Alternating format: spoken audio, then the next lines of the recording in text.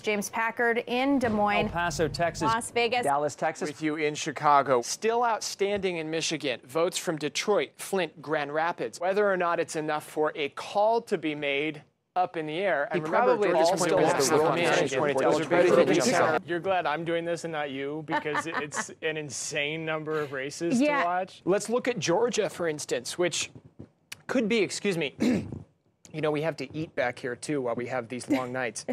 Here we are, 2 a.m. Wednesday morning. You can see that the president-elect is out front with these votes because they're coming in from urban areas. Then as the rural counties report, the president jumps ahead. Tonight, let's bring in James Packard on the ground again. He's been following these developments since they began. We're right behind a large demonstration that is coming away from the Brooklyn Center Police Department just down the street from me. They say they're marching to a nearby FBI office. Just completely ransacked. All the windows here on the front of this Dollar Tree are blown out. People got inside, Alex, and as you can see, they knocked a ton of things over. They've clearly lifted a bunch of stuff off the shelves. Are you seeing police? Yeah. Well, I'll show you where they are. I mean, look inside those barricades. There's the National Guard vehicle. Every uniformed law enforcement officer in tactical gear or otherwise who I've seen are inside of those barricades right now. It's incredibly emotional here. There are people who are crying, who are laughing, who are hugging, who are chanting, who are ready for what's next, but also feel the incredible significance of what just happened. People have just let the moment of whatever they were doing in their life go. The woman who was driving this minivan right here stopped her car in the middle of the street. She got out, she was standing on the roof a minute ago. Who else is out there today? Yeah, Chance, I want to introduce you to Donna. She's with a group called A Mother's Love, and this is a group that is out here to help support people. Jamar Nelson here as well. They have been up against this gate for weeks now, and they've moved back, as you can see, under the shadow of the building itself. Dante Wright's mother reminded us of that last week. Someone had asked her what justice would look like for her, and she said, people keep asking me that, and I don't understand it, because to me there's no such thing as justice. Nothing will bring my son back. And I think that's a reality that we have to consider right now for the Floyd family. There are tons and tons of people here, more so than yesterday initially. I mean, this crowd, look, Chance, this crowd goes all the way back here, and they're taking up probably at least a whole city block right now. Supreme Court Justice Ruth Bader Ginsburg has died at the age of 87. We're getting that confirmation now tonight. So which is it? I mean, should FBI agents feel free to express opinions about people they're investigating, or should norms change? That we had not opened a case into the president himself. This was a personal discussion. But you must have known at the time that he easily could become the target of an investigation. Why does he have this admiration for ruthless, powerful men? The president has been tougher on North Korea than his predecessors. He's imposed a maximum pressure. But he's talked about exchanging love letters with Kim Jong-un. Europe greenlit the deal expressly because there was not a ton of overlap between Amazon and MGM. But Amazon has its own production house, which of course is what MGM is all about. How is that not overlap? Jason, you've been doing incredible reporting on the ground while we have you. I just want to say thank you for what you're doing there. Please stay safe and keep bringing us the important stories that you have been. Jason Bellini on the ground in Lviv, Ukraine. Thank you. That we will. I think we may have lost Alexandra, unfortunately, but she is an incredibly effective, I think, vessel for us to get a read on how the Ukrainian government really feels. Has said that tear gas has been dispersed inside the Capitol Rotunda, and that congressmen and women have been ordered to grab gas masks under chairs. Many would say it amounts to sedition, Jay, and that's a very scary thing to be considering at this moment. The Department of Homeland Security says it's sending additional federal agents to the U.S. Capitol building. There are a lot of questions, I think, outstanding about who is safe and where they are. We had the most powerful people in this country, aside from the president himself, inside that building at the time that this happened. So a lot of these members of Congress have, sensitive information that they're privy to. Who knows, what's sitting on someone's desk that someone's walking around in their office taking a look at. And as long as you have police officers inside the House chamber with guns drawn trying to keep those protesters out of the chamber, you wonder how long it's going to be before security personnel, Capitol Police, are able to get this under control. And a heartbreaking moment for anyone who cares about respectful discourse and civility in our society, in our marketplace of ideas. This is not what that is.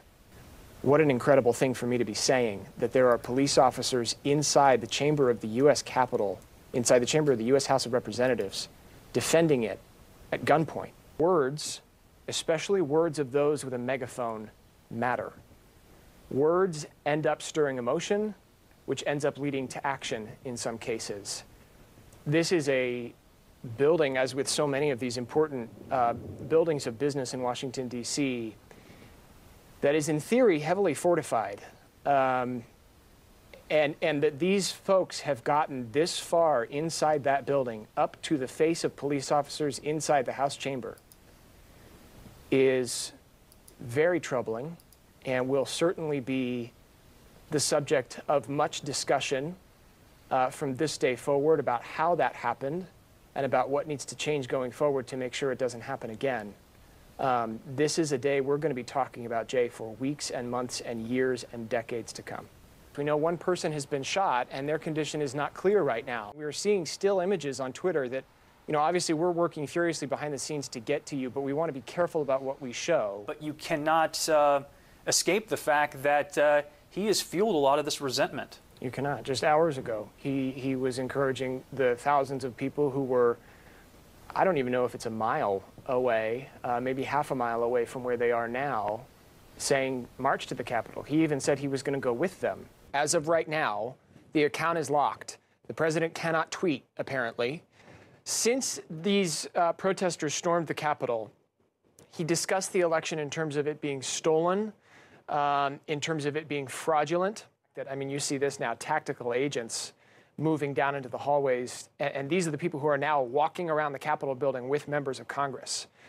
So that's the feeling, that's the scene inside the Capitol building tonight. The fact that it took us so long to get there in the wake of an angry, violent mob of people who overtook the Capitol today in hopes of overturning a democratic election is remarkable, and again, will be the subject of much discussion in the months, potentially years to come. To those of us who watched it happen and watched the demeanor of that group, they were proud of what they did. They remain proud of what they did tonight. And many of them, I think, feel that they can return and do it again. And if there isn't swift action on it, I think there's great concern tonight that that will be the result, although if the kind of guard we see... This is an area that was supposed to be turned into a big development, a big neighborhood. There are streets out here, just dirt roads, that were supposed to be neighborhood streets, whole cul-de-sacs.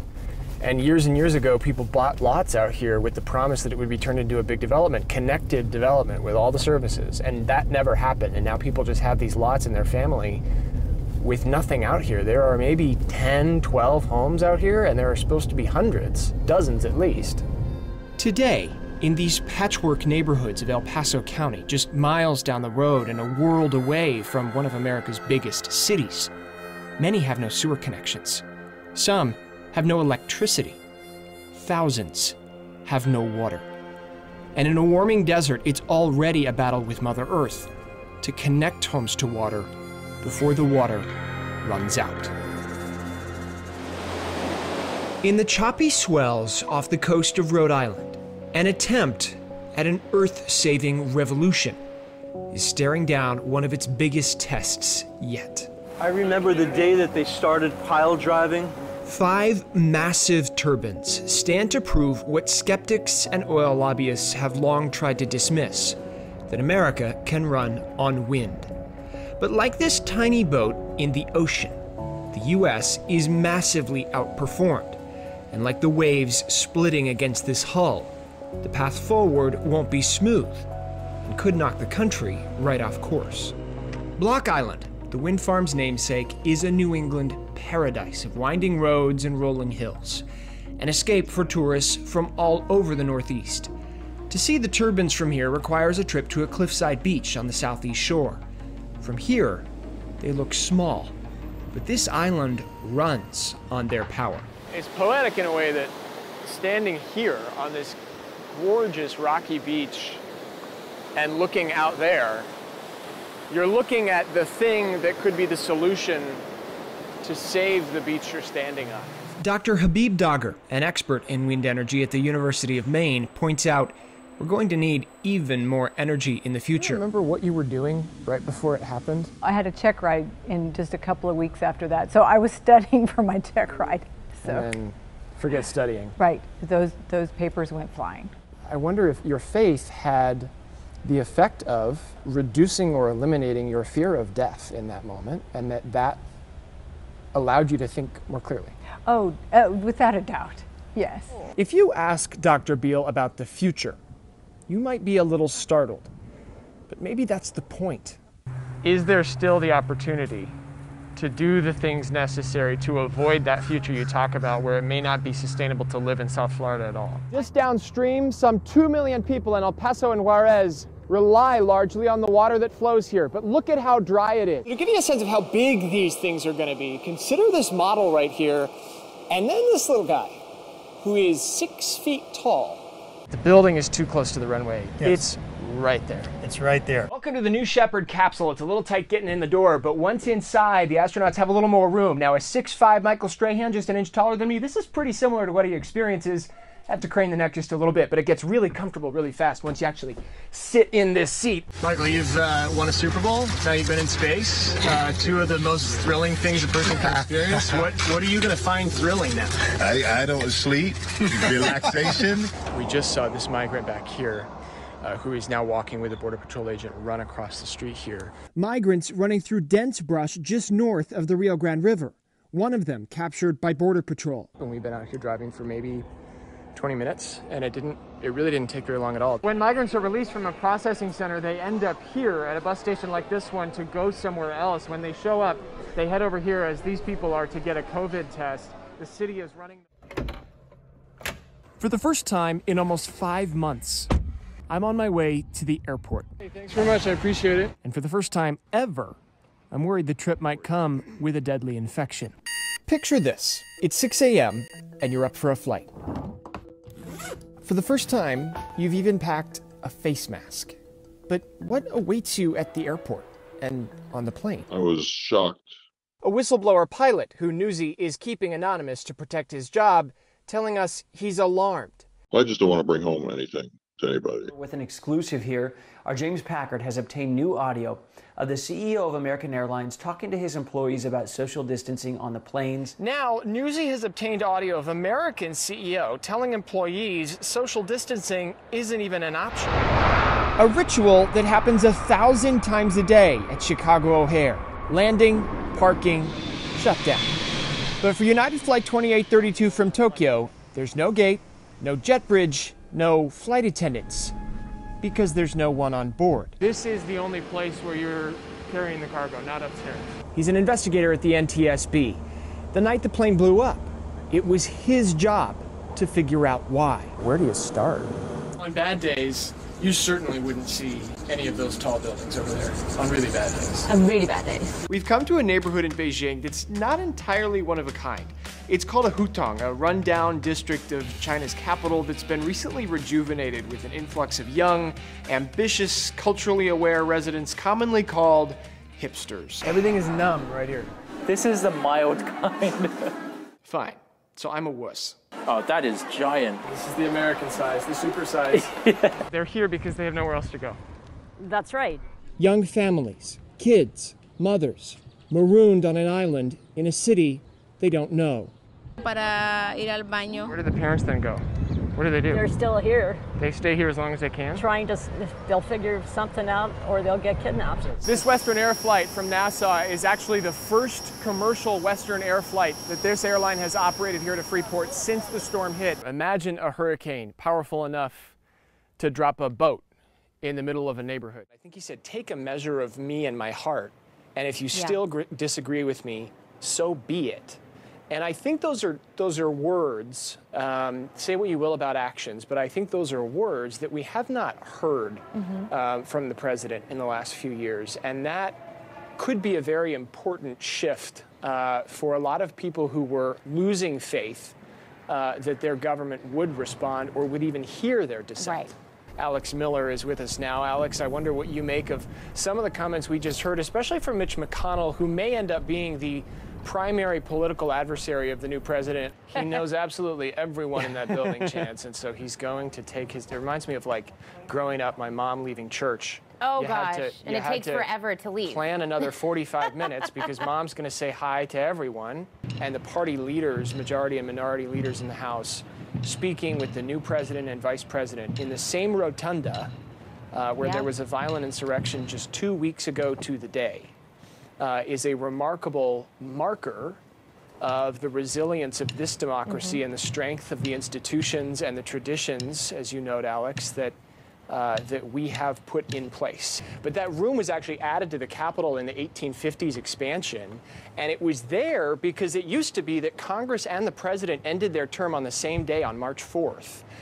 And so that would end up meaning that there was sort of this, as you see the Clintons emerging from the Capitol and on their way out, there used to be sort of this rush to pass last-minute legislation on March 3rd, and it would end up in these all-night binges, sort of, and the president would be on the Hill signing these last-minute bills into law before his term ended and the congressional term ended, and the result being that there was this room sort of created for that purpose. It still exists there today, largely for ceremonial purposes. The Obamas now leaving the Capitol building. A monument to those who were lost and never identified in some of our worst wars, World War I, World War II, Korea. There is a crypt for the unknown soldier in Vietnam that is empty because the soldier who was buried there was actually thereafter identified, exhumed, and then buried in St. Louis. These are the things that go through their minds when they send these men and women into battle, not just that lives may be lost, but that for years to come and for presidents to come, there may be very, very costly consequences. Our service members are sworn to protect enemies, both foreign and domestic, and at this moment, you have tens of thousands of troops deployed within the District of Columbia. You have some troops at other state capitals around the country trying to keep things peaceful today, a day in which many of our intelligence arms worried there would be violence. Perhaps that moment will again be a reminder of when we yell at each other, when we call each other names on Twitter, when we storm the Capitol violently, we are self-inflicting wounds upon a great experiment for which all of these men and women have given their lives. How are you feeling this morning? How are you feeling this morning? Shapes and colors are beginning to come into view, finally. I've realized my place is still on the field and not at parent-teacher conferences. Oh, I'm sorry, in the stands. 7 rings. I have a couple more fingers. Okay. Wait a second. I thought I was instructed to lean on the desk. I appreciate you doing that. Too tall. The National Ocean... Well, if you look really closely, and I mean like press your face up to the paper closely, you can see a tiny little dip there in the gas prices. Yeah, that sounds about right. We'll take the wins where we can get them. The average cost of a regular gallon went down by, check this out, a penny overnight. Yeah, should we? An ovation for the penny. We're no doubt that your appearance on Morning Rush is what prompted the bigwigs at USA Today to say, let's go ahead and bump her up. We are just getting started on this Monday morning. We have more promotions to give out. And when we come back... Whether it was actually invented in 1853 at this resort in Saratoga. I don't want to take anything away from the city of Saratoga, New York, or from George Crumb, but he never really admitted to creating such the snacking sensations. There's a call for you from Saratoga Springs, New York back here, RJ. I don't know if you want to come get that, or... There's a special breed of person, right, Maya, who actually enjoys a budget. Most of us don't want to think about our own budget, let alone the budget of the government. Seriously, I mean, what's going to make this sexy enough that Americans are going to want to pay attention to it? MGM Studios, maker of The Wizard of Oz, to which that was a reference, I'm aware. Now the federal government is preparing to prevent Amazon from walking down the yellow brick road. Oh boy, and blocking the deal. Oh, David, I hope you have more Wizard of Oz puns in your pocket somewhere, because apparently that's the commodity of the morning. What is the government's concern about this deal? Well, I'm going to click my heels 3 times. And hope there that it I get is. this Yes. Okay. Right. Dolly Parton says something crazy. She says she has not earned the right to be inducted into the Rock and Roll Hall of Fame. Dolly? Are we talking about Dolly Parton? Dolly's earned the right to do literally everything. And he co-hosts the podcast with the award for most relevant title, and the thing that Dolly Parton must have been saying to herself all week: who cares about the Rock Hall? Perspective, you've given us some great insight and also given us visual evidence that the sun has risen with great brilliance in New York City. So thank you. Long moments. I'm very sorry. No, it's okay. You know what? We love it. It's a beautiful morning in New York. Thank you, Chandra. I appreciate it. Thank you. Still ahead on Morning Rush. You know, it's live TV. Sometimes you can't control things. The script says all dogs are cute. Hot take, no they aren't. But for the record, most dogs are cute. They are, come on. There are just those one-offs.